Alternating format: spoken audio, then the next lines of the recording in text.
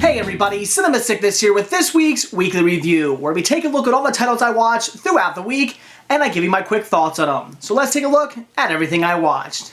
So the first movie I'm going to talk about today is one that I actually forgot to talk to you guys about in my last weekly review video, but one that a lot of people were upset that I didn't talk about. Apparently, a lot of people wanted to hear my thoughts on this, and that is movie 43. Don't have an actual DVD or Blu-ray to show you because I did actually rent this title. I absolutely hated the hell out of this movie. I really didn't want to see it either because judging it from the previews, I thought this looked pretty shitty.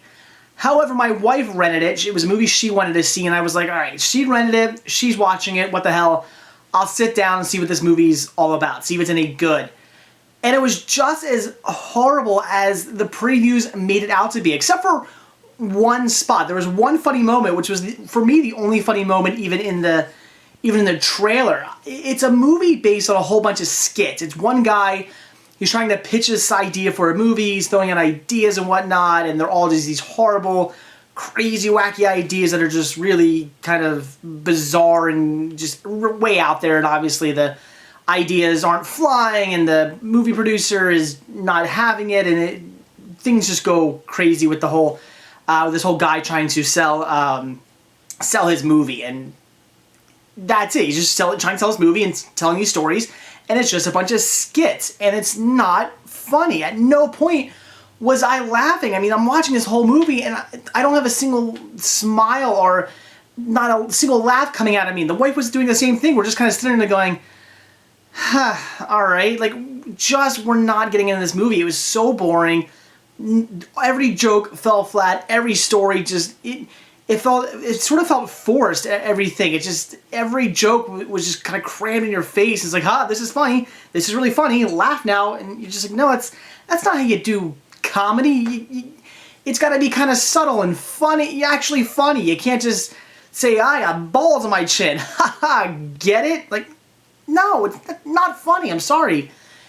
The only part I found amusing, and even the wife found this amusing too, was I guess it's I think it's the last skit.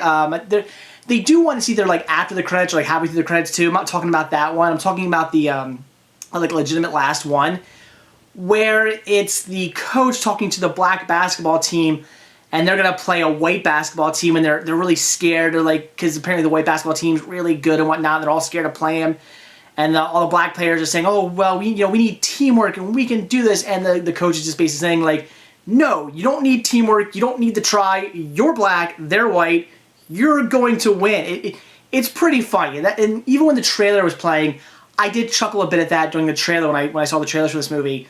Thought that seemed kind of funny. And sure enough, out of all the skits, that was the only one that the wife and I laughed at. It was rather amusing. It was a decent skit. That one was okay. I did enjoy that one. It was pretty funny just to watch this coach basically trying to tell his black basketball team that they're going to kill the white basketball team because they're black, they're white. That's how it goes. It was just really, really funny. So I did enjoy that skit, but that was the end of my enjoyment. It was horrible. It's just such a piss poor skit movie. I cannot recommend, even for that. Even that one skit, it didn't save the movie. It was funny, but I wouldn't even say it's worth seeing for that skit. It wasn't, because it wasn't that funny. It probably even seemed funnier just due to the fact that the whole rest of the movie was piss poor. It actually probably made that skit seem even funnier than it actually was. It probably wasn't as funny as I'm thinking about now that I am thinking about it.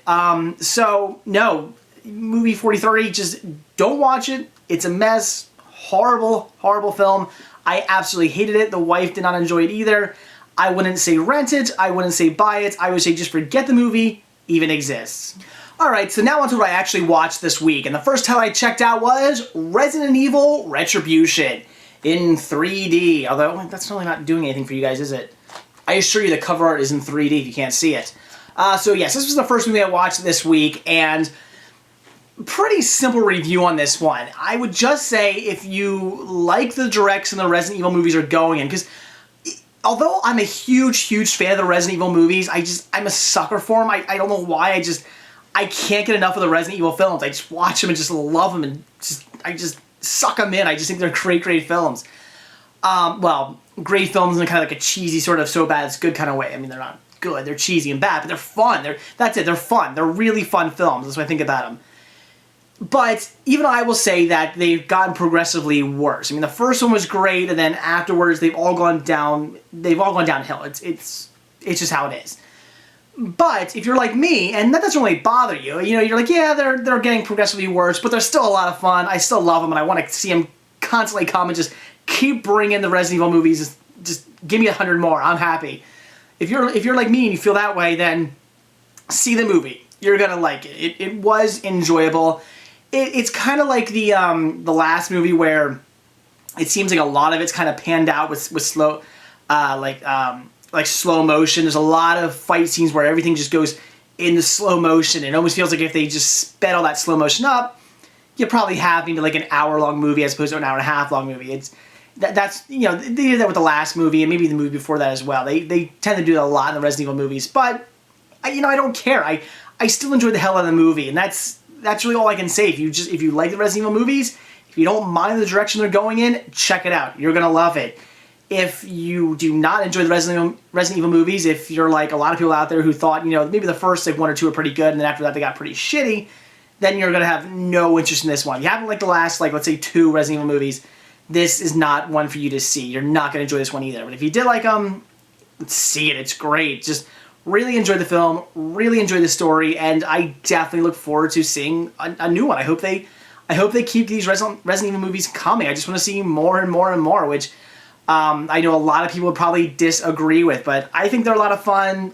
I absolutely love the Resident Evil films, and Resident Evil Retribution, I recommend it, and hell, if you can get it in 3D, check it out. The next tale I watched this week is one that you guys have been wanting me to review ever since I first picked this film up. And I definitely had to check it out because, 1, you guys really wanted me to review it, and 2, because it got such horrible reviews, and that was That's My Boy. And after watching it, I gotta say, I don't get all the hate. I have no idea why so many people dislike this film. I personally didn't think it was all that bad. In fact, I actually enjoyed it. I thought it was pretty funny. I thought the jokes were strong. I thought the story was strong. I liked the characters. Yes, Adam Sandler is doing a voice in this one, and you know, it starts out kind of annoying, but I'd say 10 minutes in the movie, I forgot he was even doing a character voice. I thought the movie was I thought it was good. For an Adam Sandler movie, I definitely thought it was very, very good, especially after just watching Jack and Jill. Now, Jack and Jill, I get the hate. It wasn't a very good movie. It was pretty bad. I really wouldn't recommend it. If you want to hate Jack and Jill, by all means, I can completely understand the hate. It just wasn't that good of a film. But That's My Boy, again, funny. I thought it was a good movie. I thought it was, you know, I want to say solid, but I mean, it wasn't the best movie ever. It's nothing fantastic. It's nothing you have to go out and see. But did I think it was an enjoyable movie? And when I say if you've been thinking about checking it out, see it. If you like Adam Sandler, see it. If you just like decent comedies, see it. Yes, I would. See the movie. It was pretty enjoyable. I just don't get the hate. And unfortunately, I think a lot of the hate is coming from this kind of like, I hate Adam Sandler bandwagon that everybody seems to be on. It kind of seems like no matter what movie he does now, just everybody flat out hates it. Whether it's good or bad, doesn't matter. Everybody's going to hate it. Hotel Transylvania, kind of the same thing. I mean, I liked that movie. I thought it was a very strong CGI animated movie. Very funny. Had some great characters, great story. You know, very touching kind of heartfelt ending. I just thought the movie was great. A great CGI animated movie. But a lot of people bashed it. And I think it's because Adam Sandler does a voice in it. I honestly think that's the reason why a lot of people didn't like it. He does the voice of, you know, the Dracula character. And I think a lot of people just disliked it for that, which I think is a shame because it was a good movie. But it just seems anything Adam Sandler's name's attached to these days just gets trashed. I don't think That's My Boy deserves that. I think it was a great film. And again, I would definitely recommend seeing it. A lot of people also seem to have this weird thing where they just completely hate the fact that there's jokes about pedophilia and there's jokes about incest in this film. Now, I'm not saying those are good things, but look at movies like Old Boy, The Human Centipede, a Serbian film. I mean, films like that, if you want to get all up in arms about, okay. But this movie, I mean, the pedophilia, I mean, the child molestation, I guess, is It's all about it's a joke about this 13-year-old boy who's Adam Sandler's character, has sex with his teacher, knocks his teacher up, they have a kid, and years pass, Adam Sandler wants to rekindle his relationship with his son. That's the whole child molestation thing, which, I mean, hey, when I was 13, I had some hot teachers who I wouldn't mind having sex with. Yeah, look at that as you will, but, I don't know. I mean, he kind of becomes this celebrity where everybody's like, yeah, you nailed your teacher, and that's like kind of a running thing where everybody looks at him as like this god. Like all the men kind of look at Adam Sandler as a god because he was the 13-year-old kid who banged his incredibly hot teacher. And that's kind of a running gag throughout the movie, and I thought that was pretty funny. There's also an incest thing where Adam Sandler's son, he's going to marry this girl who ends up turning out that she's having sex with her brother. But again, it's all done in just a joke, and yeah, I mean, okay, it's incest, but again, it's done in a funny sort of way, so I don't have anything wrong with that. I mean, there's some horrible movies out there, not horrible like bad, but horrible just about some pretty nasty things that I think are definitely warrant getting up in arms about more so than That's My Boy. I don't think the things that go on in this movie are really worth being upset about. I think that's kind of ridiculous. So no, I would definitely say That's My Boy is one to see. I thought the movie was great. Also love the fact that, I didn't even realize this until after I looked it up. Susan Sarandon's daughter is actually the one who plays the teacher who Adam Sandler's a 13-year-old kid knocks up. Towards, like, I guess, maybe sort of the end of the movie, they go back to see her, and she's older now because a bunch of years have passed, and it's actually Susan Sarandon playing the adult, or the more, I don't want to say adult form, because I guess she already was an adult, but the aged version of the teacher got knocked up. I thought that was pretty funny, the fact that she was playing the older version of her daughter. I thought that was awesome. Loved that. And like I said, I didn't even realize that. I was looking up to see who this woman was, because she was pretty good looking, and I didn't know if I had ever seen her in anything before. I didn't know she was in any other movie, so I was looking up to see who she was. And when I went to IMDb, one of the things it listed about was that she was Susan Sarandon's daughter. And so I thought that was really cool they did that. I mean, I gave the movie props for that. Thought that was pretty funny, pretty cool. So yeah, again, That's My Boy. If you heard a lot of really bad things about this movie like I have, ignore them. It's a pretty decent movie. It's pretty funny. If you like classic Adam Sandler films, I would say it's worth seeing that. It definitely felt more like it was a good Adam Sandler movie. Let's just put it that way. It was a much better Adam Sandler movie than a lot of stuff he has been doing lately. So I would definitely and highly recommend checking out That's My Boy. Very funny and a good movie. Then I checked out a movie that I had been dying to see ever since I first saw the trailers for it, and that was Parental Guidance. Billy Crystal, I love you, and you still 100% have it. Billy Crystal has not even in the slightest bit lost his charm.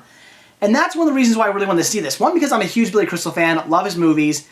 And two, because I was really intrigued, I was really interested in seeing, does Billy Crystal still stand up? Does he still have it? Does he still have the comedic chops that he once had? Are his movies still going to be good? And yes, he definitely 100% still has it. He is fantastic in this movie. He is funny in this movie. Yes, he's looking a bit older, but completely pulls off his character. Absolutely loved this film. Bette Midler was great in it too. I love Bette Midler films as well. Love some like the classic late 80s, early 90s comedy she was in. So I think the team up in this was great. I mean, Bette Midler and Billy Crystal together did a fantastic job. This was a superb movie.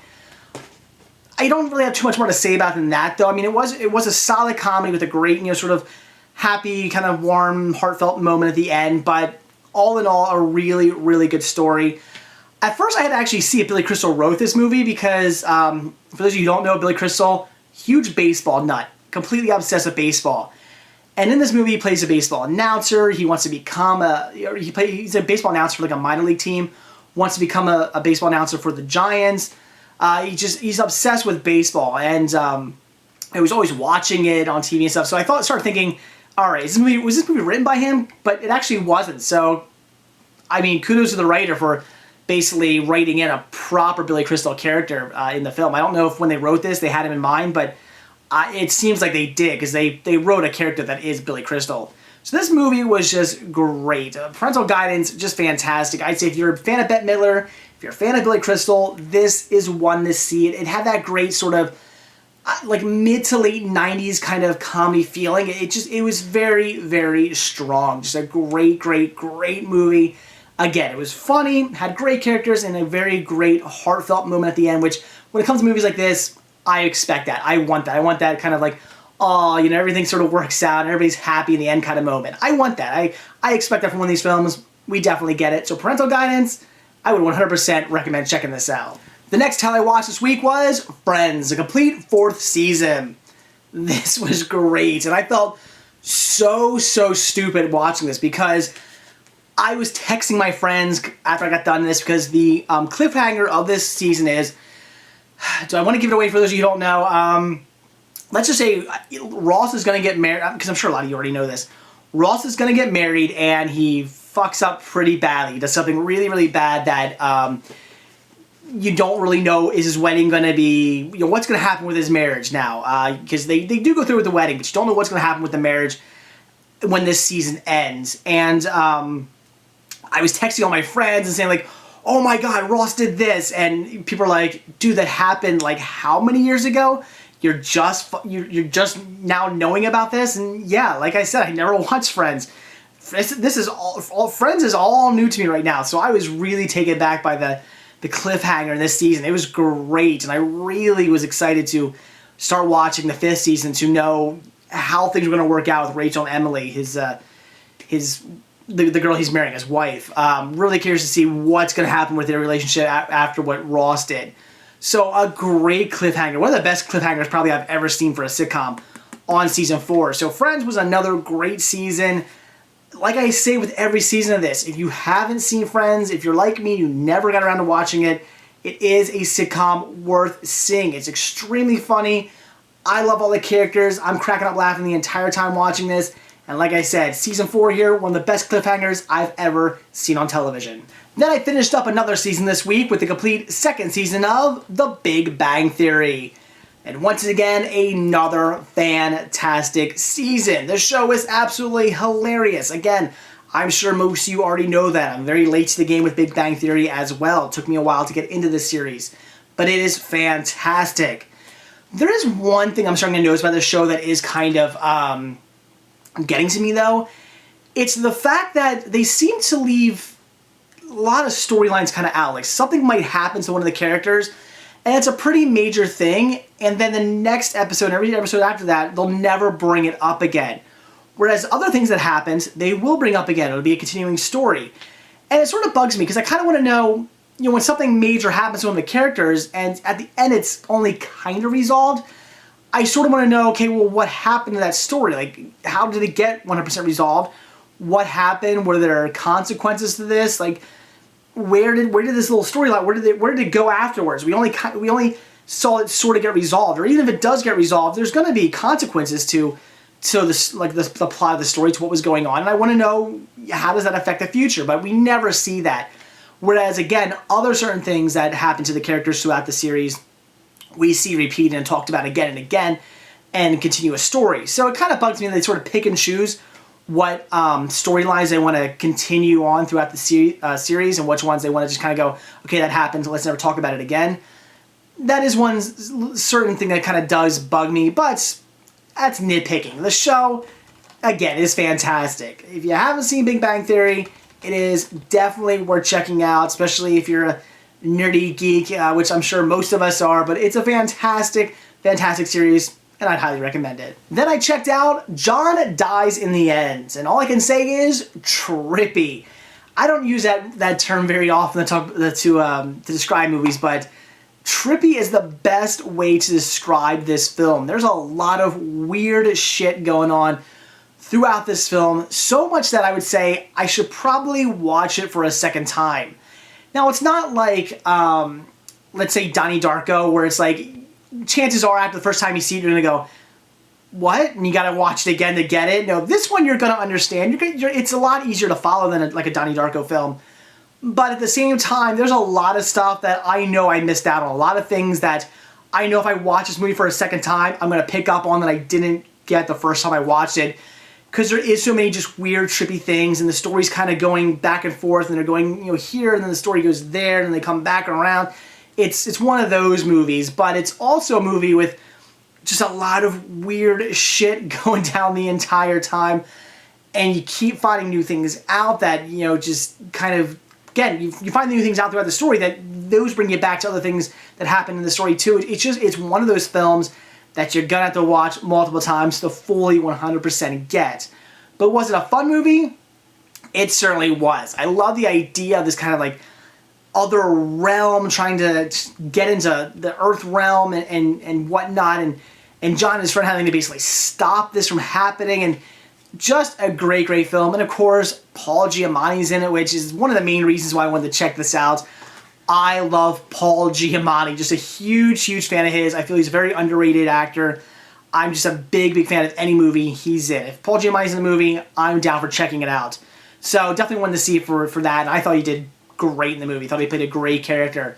So all in all, would I recommend checking out John Dies in the End? Yes, I would. I would say it's a decent movie. It's fun. I mean, but again, expect kind of a weird, trippy movie that you're going to have to watch multiple times to fully understand. Like I said, I'm going to have to watch this movie again sometime real soon just to pick up on the slight few things here and there that I probably missed out on. Some of the questions I have about this film, some of the things I'm like, wait, how did that happen? Just little things like that I missed out on. I'm going to watch. It's going to require me to watch this movie for a second time. But regardless, I would definitely recommend checking it out. It was fun. If you like trippy films, this is one to see. And the last title I watched this week, I can't physically hold up and show you because I saw this one in the theaters, and that was Two Guns. This movie was balls to the wall awesome. Mark Wahlberg, Denzel Washington make a fantastic team up. Mark is just absolutely hilarious. I mean, he plays a cool kind of like kick-ass character, but he's also constantly like throwing out jokes and whatnot. Very funny. Denzel, same thing. I mean, he's not as comedical as Mark Wahlberg. I have a hard time saying that name fast. I'll just say Marky Mark. Denzel's not as fun as Marky Mark, as funny as Marky Mark, but he still has his one-liners and his little things where he's constantly like ragging on Marky Mark. It's just a fantastic team up. It's one of those films where there's so much going on with, Denzel and Mark stealing money and robbing this bank, and they're both kind of on like you both think they're kind of bad guys, and then you find out they're both actually sort of good guys, and they're stealing money for reasons they both think are good, but they're both on different teams. They don't realize it. One's DEA, one works for the Navy. Again, they think they're doing a good thing, but they think the other one's bad, and they realize, oh wait, no, we're both doing this for what we thought were good reasons. Turns out it wasn't good reasons. They were kind of getting set up. It's a bunch of setups and just a crazy fun story. Tons of action. Brilliant characters in this film. Just loved pretty much everybody. Bill Paxton's in this movie. I mean, another actor who I absolutely love. A big Bill Paxton fan. When he showed up, I was in. I was like, yes, Bill Paxton's just in this film. I'm down. I was so thrilled to find him, to see him in this movie. Playing a great character. He plays a very badass, kind of mean character in this movie. He's kind of like our main really evil characters. I mean, there's some other bad characters in the movie, but he's the head honcho of the evil assholes in this film. He does a great, great job playing that character. So just a fantastic movie. If you've been thinking about checking it out, and you like fun kind of like buddy action movies, this is definitely one to see. It was just brilliant. Everybody in the movie was just great. So I would definitely recommend checking this one out. Would I say see in the theaters? Yeah, I would say if you're a theater goer, it's worth seeing in the theaters. Yes, I would say that. It was good enough. It had a lot of great action and whatnot. It is worth seeing in the theaters, again, if you are a theater goer. If you're more like me and you're like, I don't need to see everything in theaters. I can wait to rent stuff. Then, yeah, I would say just wait to rent it. But I would say definitely rent it or definitely buy it. Hell, I would say if you're thinking about picking it up, buy it. It's definitely worth adding to your collection. But at the very least, give it a rent when it comes out because it's certainly worth seeing. Very, very good movie. Very strong film. So that's it. I would definitely recommend checking out Two Guns. It was great. So there you go, guys. It's all the movies I watched this week, with the exception of the one I watched last week, movie 43, which I forgot to talk to you guys about. Again, that movie was shit. Don't see it. It's horrible. Do not waste your time. But for the most part, everything else I saw this week, I would pretty much completely recommend. Great, great films. Especially That's My Boy. I don't get all the hate. See the movie. It was good. And you've been thinking about checking out Two Guns, do it. It was fantastic. So that's it, guys. Thanks for watching. And stay tuned for my next video. See ya.